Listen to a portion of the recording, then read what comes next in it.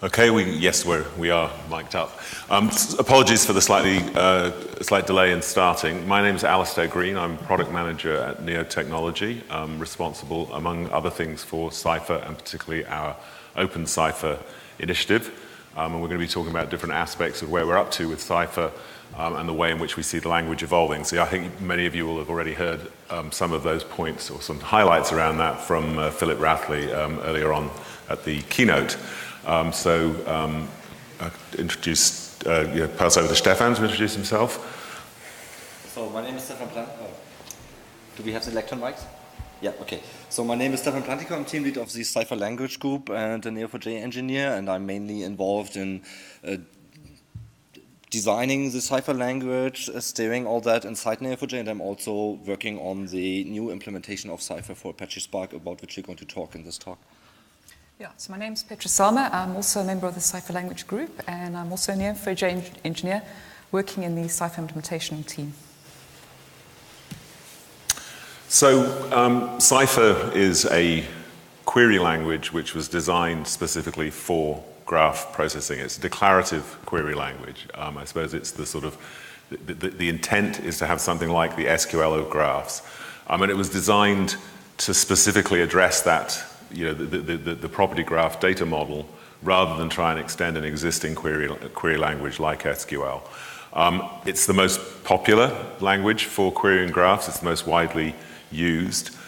We also want to see Cypher become the most open language in terms of the participation of other implementers, vendors, and users in the evolution of the language, and the most advanced in terms of the features that Cypher offers. Cypher has already set a high bar and has proved to be extremely useful in many, many real-world applications.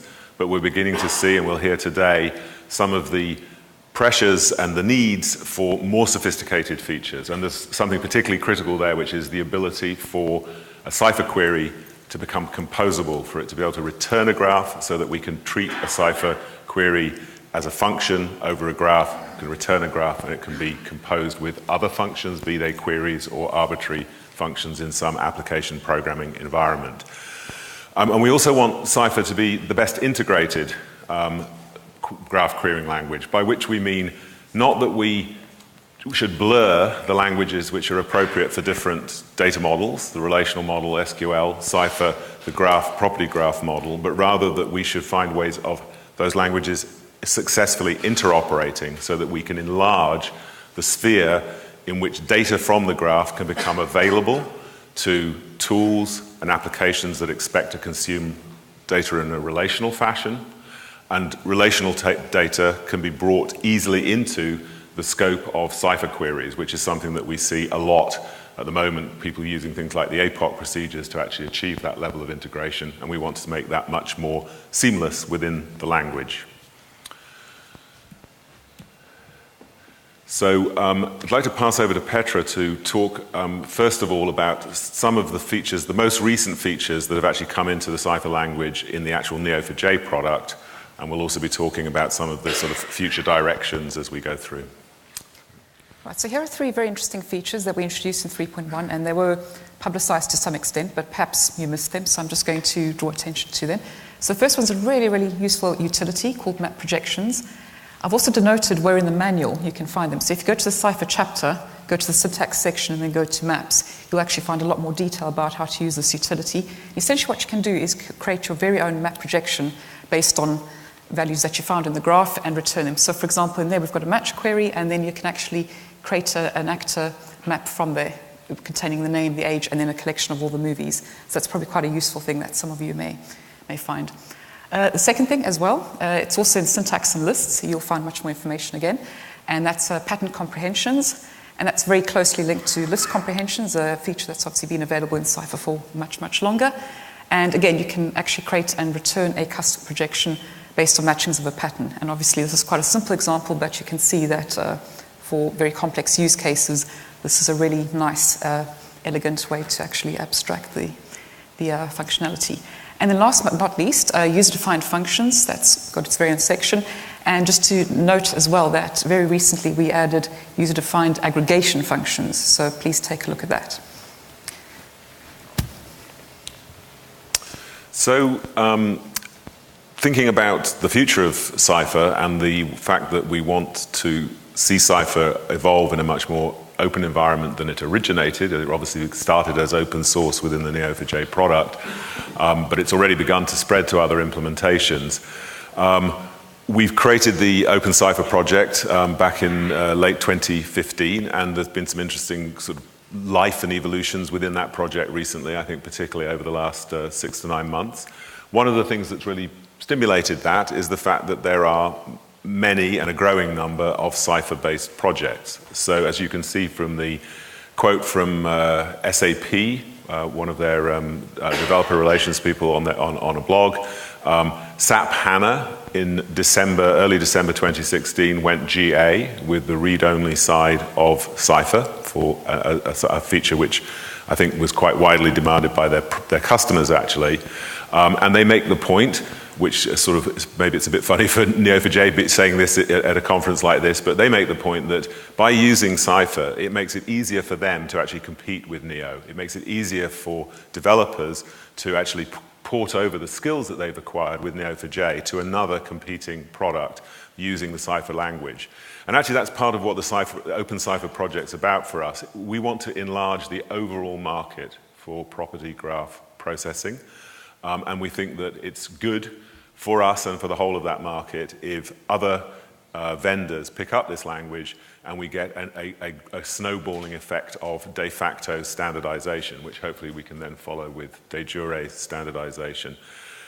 The OpenCypher project itself has started off with open artifacts, if you like, technology compatibility kit, an EBNF expression of the Cypher grammar, syntax, with projections like Atlas to enable people to build parsers more easily. And we're hoping to move forward to, in the course of this year and into 2018, to specifications of the whole language. And there's some interesting work going on there on formal semantic specification using denotational semantics with collaboration with researchers at the University of Edinburgh who have very deep pedigree in terms of graph querying and graph database management. We're also changing the process increasingly and opening up in terms of how the design of Cypher takes place. Historically, the Cypher language group inside Neo has been the place where decisions have been made on the nature of the language and the direction that the language is going to take. Now we're moving to a situation where an OpenCypher implementers group will really take on that role. Obviously, we in Neo are going to play a very active role within that group, but it's wider than us. So I think it's... Yeah, and I'd like to talk a little bit about that. So yesterday we had the second already OpenCypher implementers meeting here in London. It was lovely weather, actually around 35 attendees. And if you missed it, these slides will be available soon, so you can at least catch up on all the topics that were covered. And we had a really nice mix of implementers, some researchers from academia, some customers with very interesting use cases, and of course Neo4j engineers working on Cypher as a language inside Neo.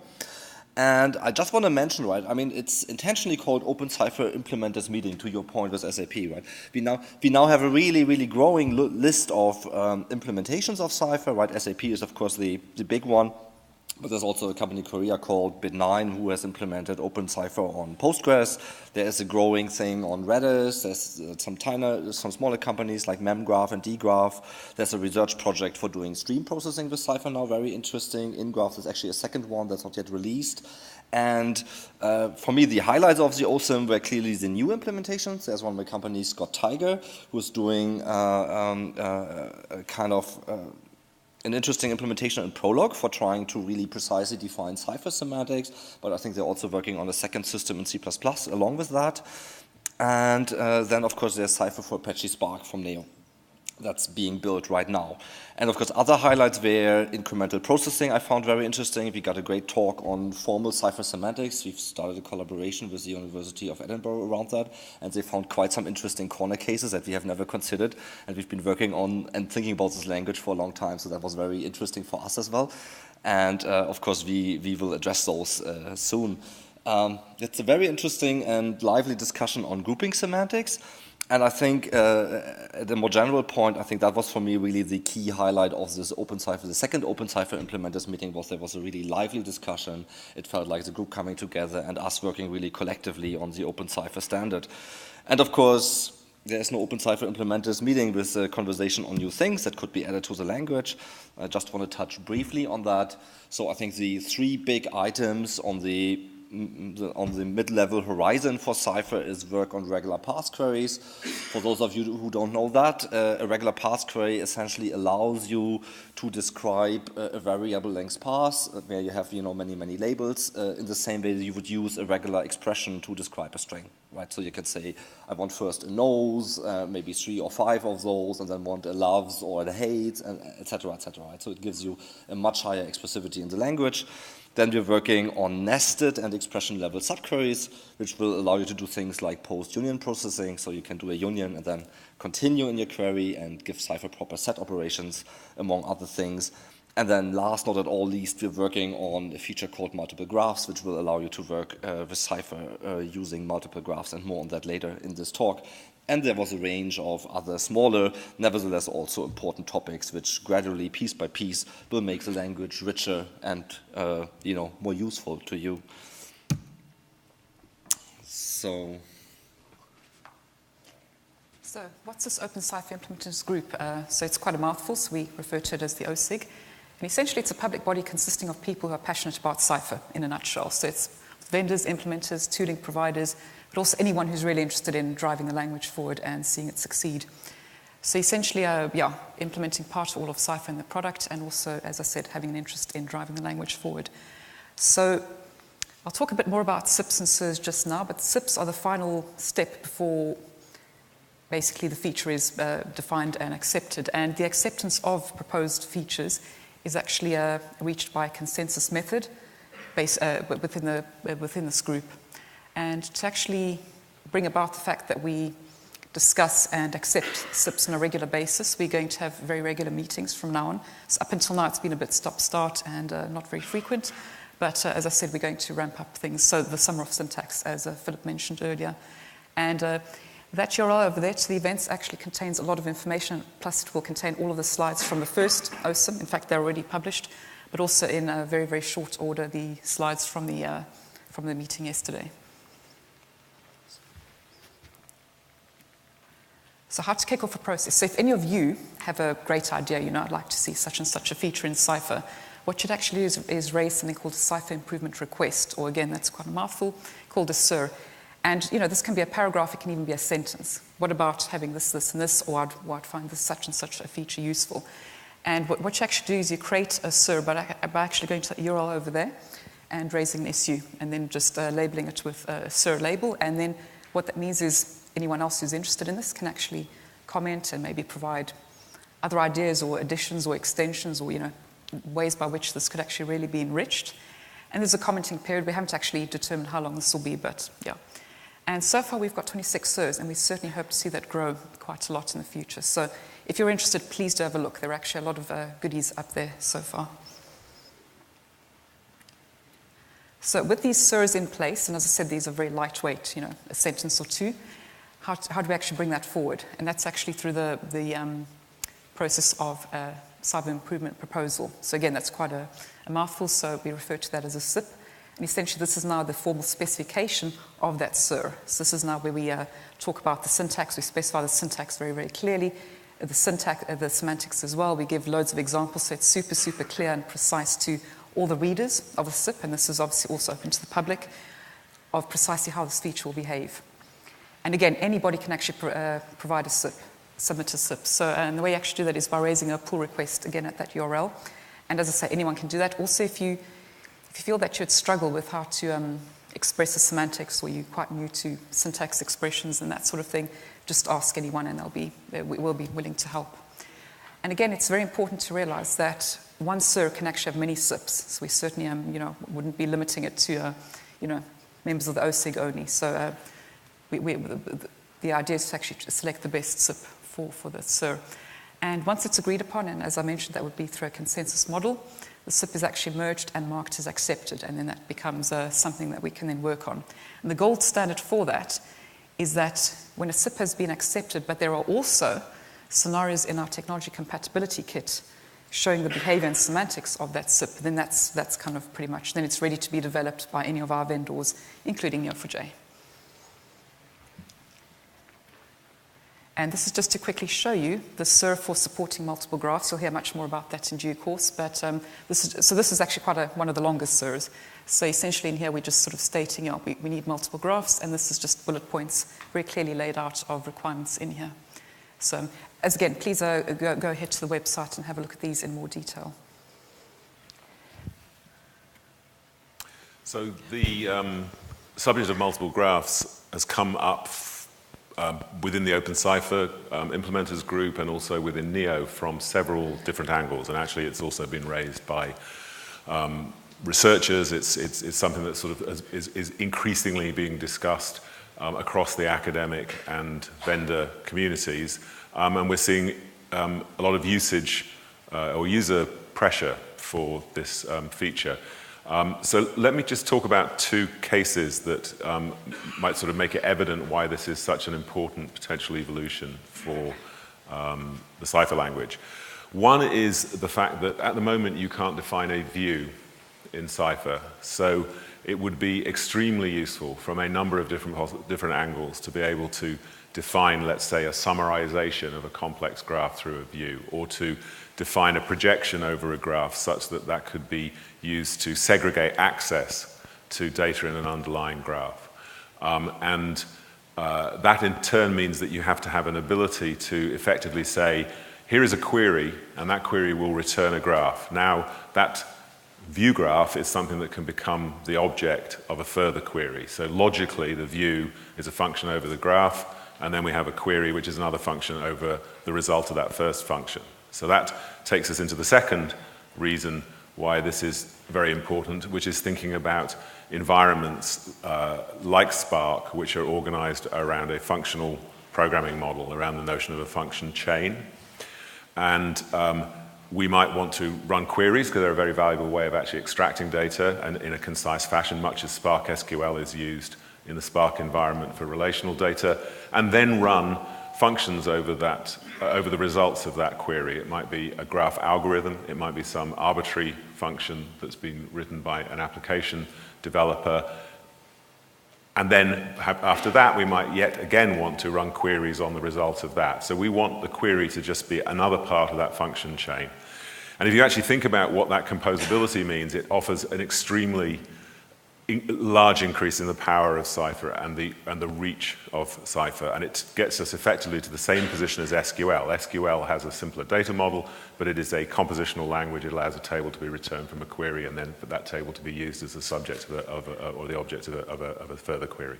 So that Spark case is also has got a very strong commercial driver, because we're seeing an enormous amount of interest in using Neo as the transactional store for real-time transactional activity for online OLTP effectively, but the ability to pull that data out and actually have that data analyzed in an environment which was designed for heavy lifting analysis, e.g. Spark. And that in turn then poses the question, how do we do things like store snapshots, store the results, bring those things back again? So there's a sort of save and load issue.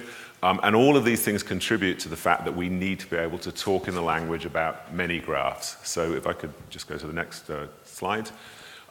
This syntax may never emerge in life. There's a debate to be had about what this should actually look like, but what you can see here is something that match and create are what's currently in Cypher. We're talking here about being able to be specific about which graph we're operating on when we do the match, and which graph, and showing a graph being created by the create clause, being able to name those graphs, also being able to refer to them and address them, so as to say this one's over there in a Neo server, that result is going to be stored in HDFS, we're going to use the GraphML format for storing it. All of those kinds of issues need to be addressed and within the language, and ultimately we need to be able to return the result of that creation in the way that I described. So I think that Stefan's going to be able to talk in a lot more detail about what this might mean, but this is a very significant step forward for the Cypher language if we succeed in making these changes, I think. Yes, and to briefly drive home the point, maybe a bit more why this is so important, right? It might not be as important in OLTP, or at least not immediately. where queries are, where you have many short-running queries and your focus is on reads and quick updates and latency and these things.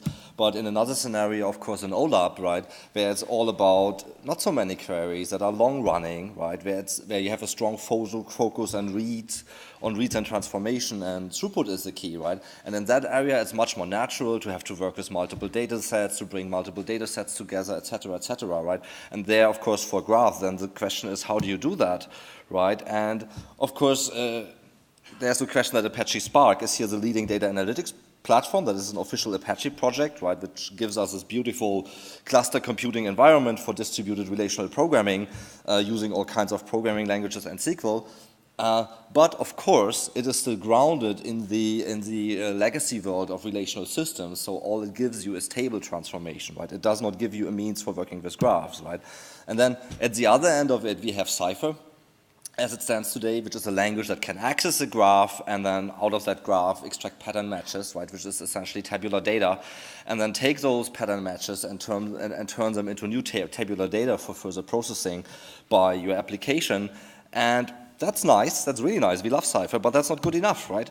What we want to do is, of course, is a language that can not only transform the tabular projection, but can also transform the graph, right? And then use that capability, of course, to do additional things like storing graphs, loading graphs, like Alastair has highlighted, right? And that is a fundamental change to the language that I'd like to call projection graphs. So just to give a very quick idea of how that could work, right? If you think today already about match, right? You start from a graph and then you derive pattern matches from that, for those of you who have worked with Cypher, right? And of course, pattern matches turn into records, and if you combine all those records together, you have a table, right? That's your stock Cypher. And if you just turn that around and you say, okay, let's start from a table, which is actually a set of records, or which is a set of matches, right? Then of course I can also understand the union of those matches as a graph. And we are kind of looking currently, that's one of the proposals on which we're working. We haven't finalized the exact approach we're going to take, but that is going to allow us, essentially this direction is going to allow us to kind of take your pattern matches, allow you to maybe add new virtual nodes, et cetera, and then from those pattern matches again reconstruct a new graph for further processing in another part of your query or for storage, et cetera, et cetera. Yes, and that leads to interesting things like how do you find graphs? Do we need to introduce some kind of graph pattern so that you can kind of first search the graphs you're interested in and then work with those? That leads in the direction of views, of course, of access control, of operation across graphs like union intersection. So there's a very wide and rich landscape of future features enabling more powerful and more expressive applications just waiting for all of us here, right? Bit more down to earth again. So how does it all look like in Apache Spark, right? So what we're currently aiming is bringing proper graph capabilities for querying graphs in Apache Spark, of course, with your favorite graph query language, Cypher. Just briefly, the key developments that maybe from an implementer side that's going to happen, there's of course the ability to return multiple graphs. I think in the Spark concept, it's very natural to have schema. So we also to some extent double-clicking on that topic and working with an optional schema. There are some type system changes required in order to cleanly map Cypher on Apache Spark, but I think we know what we're going to do there. And of course, Cypher is amazing, but in the Spark environment, people are very much used for also using an API. So we're also looking at mirroring the API capabilities of Spark with new features that allow you to work with multiple graphs in Cypher, right? So, yeah, time is tight, but I want to do at least a brief demo of what we have achieved. That is not at all the real model, and that's not, the syntax isn't finalized and anything like that, but still to show something. You make the font maybe big enough. So we have this prototype that we're working on that shall any second start. And then I have some prepared queries here. So first of all, you can of course use your normal Cypher, right?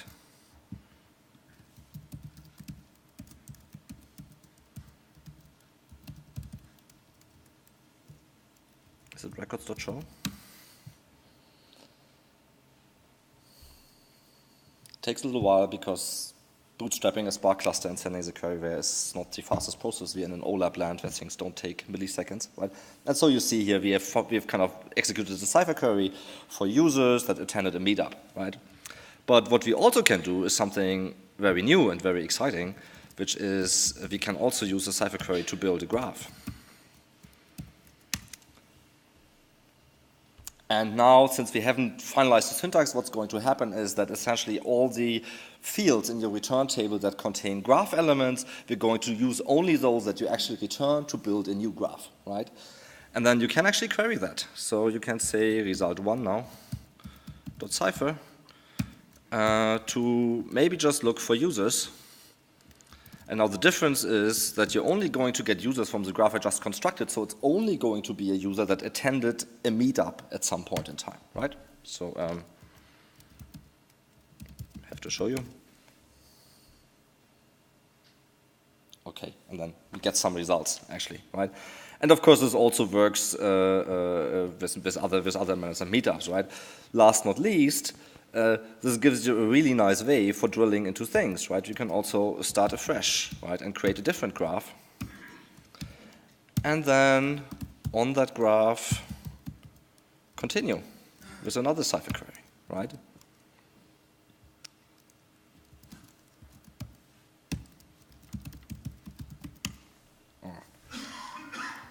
I messed it up, sorry. You don't need the dot graph, that was an earlier version. And you see two queries are executed, right? You're producing query plans twice. And then here you go. And by pure randomness, my Twitter handle comes actually out of that graph, and that was not intentional. So yeah, so much for that. So just to give you an idea of kind of what we're building there, we're still in a somewhat early stage, but we're proceeding at quite a good pace. I'm quite happy about this, and I think we're going to see very exciting developments in the space going forward. Back to you, Alastair. Sure. So I guess we've talked about or referenced this notion of integration of Cypher talking to SQL and SQL talking back, if you like. That's actually raised by the work we're doing in Spark. Obviously, there is Spark SQL. We're introducing a version of Cypher for Spark, and we want the Cypher for Apache Spark capability that we're going to create to play the same kind of role as Spark SQL does, but for graphs within the Spark environment. That implies that we're sitting next to Spark SQL, and we may well want to think about how we actually carry out, implement in practice, some of the things we're thinking about in terms of integration between the two languages. The key for this is subqueries. Stefan has made reference to the fact that subquery capability is being worked on in the OpenCypher group. We like Cypher to be able to execute a SQL subquery and import data from SQL, and we'd like SQL to be capable of treating a Cypher query or another graph language query as a subquery. And in fact, there is an increasing amount of discussion about whether or not SQL should be extended in order to incorporate graph features. Our view, you can see that, for example, in SQL Server 2017 that's just been brought out by Microsoft. Our view is that's not a good move to make. It actually bends SQL. It destroys the declarative nature of SQL because we start to talk explicitly about the underlying tables for nodes and relationships or edges and vertices. And that's actually destroying part of the whole declarative purpose of SQL. And the history of SQL extensions for other data models, for example, XML data or JSON data for nested data, has not been very successful from a standards perspective. We think it's much more productive to think about how to bring the two languages or the two models together at their junction point and to allow data to be drawn in from either direction and processed within the natural context, the data model of the host outer query, if you like. So we don't want to bend Cypher, we don't want to extend and bend SQL, we want the two languages to interoperate. And I think we're going to see, as I said, these kinds of issues being addressed to begin with from a Neo perspective in the work that we're doing within Spark. Obviously, when we're talking about multiple graphs, we're not just talking about Spark. When we're talking about multiple graphs, ultimately we're hoping that that's going to become something that's visible within Neo4j. Another example of multiple graphs is often talked about using relational terms as multiple databases, multi-tenancy, multiple instances. If you think about it, really, that means multiple graphs. It means that we need to have Neo able to support the existence of multiple independent, named, addressable graphs. So if you wouldn't mind just flicking to the last slide there. From a sort of product perspective, all these different graphs in different places, but with one language as an umbrella to actually address them, a sort of twist on graphs everywhere. You can expect that by the time we meet at Graph Connect USA in October in New York City, that we will be showing a lot more than prototype in terms of the Spark Cypher capability. And I think we'll also be seeing various aspects of integration between Neo4j and Spark. And we're hoping that that's going to be the beginning of an evolution of our product portfolio that will enable us to much more strongly address the combination of online transaction processing and analytic processing. So I think this is actually, it comes in the form of the language in one sense, but it actually represents also a big future and a big shift in terms of what we're going to be able to support by way of workloads and what the Neo product suite is going to offer. So thanks very much for listening to what we've had to say here.